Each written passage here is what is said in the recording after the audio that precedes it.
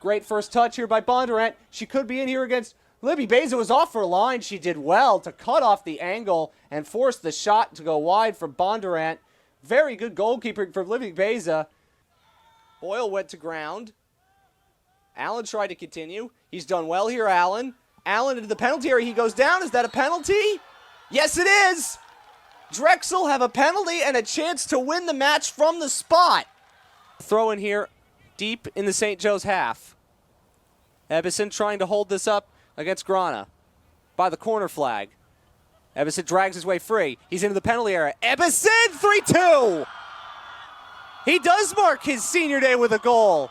That was a ferocious strike at Drexel from 2-0 down to 3-2 up, and there's still 21 minutes to play. Off the bounce. It's headed along by Anderson. This is Porter. Richards plays it through. Boncore trying to get there. She does. Boncore gets by Deshi and Adenagan. Jenna Boncore with a decent-looking cross, and Bryan has won it for Hofstra. As Hennessy will try to build from the back for the Dragons. They need something to go right going forward. Defensively, they're as good as they've always been, but the goal scoring, of course, is a problem. It's a foot race on. Shayla McCarty gets there. Shayla McCarty all the way in, and she drags her shot wide.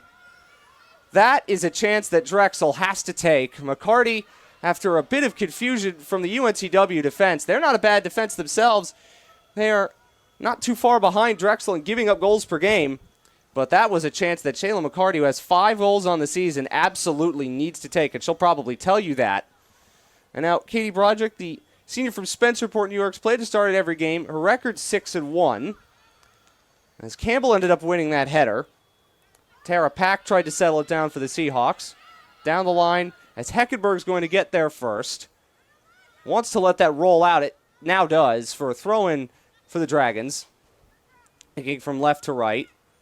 And Ray Goon will probably tell you that McCarty chance is one of those where the Dragons have not been taking him this year, and that could be the difference between winning and losing. Certainly it seems it. Nashville able to clean that up. Throw-in coming for the Seahawks. Drexel's won 3 of the last 5 meetings, including last year Rachel Sharkey scored the goal. Drexel won by a 0 that day. Although the Seahawks lead the overall series with 9 wins, 5 losses, and 3 draws. UNCW had it for a moment at the edge of the penalty area. Paris is going to play it back through, looking for options.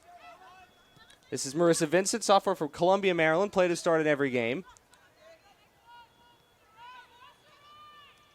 UNCW showing a little something in attack going forward. Decent ball from McGarry, but it's going to come all the way through to Beza. Intended recipient of that was Grace Bondurant, a sophomore from Garner, North Carolina, with a couple of goals and assists to her name. Libby Beza has been very good for the Dragons, of course, this season. Played and started in all games.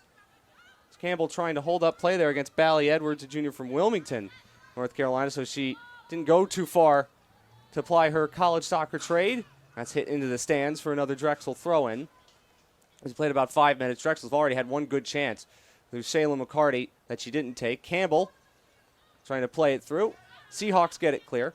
Chris Neal, their coach, is a former assistant, is a UNCW alum, and in his first year of coaching, you know how much it means to him, especially this year, after all, not just the school, but the city of Wilmington has gone through. Another throw-in coming. It'll be taken by Sharkey, senior from Bowie, who has now started in 8 games, played in 9 of them. So trying to gain some territory here on left wing.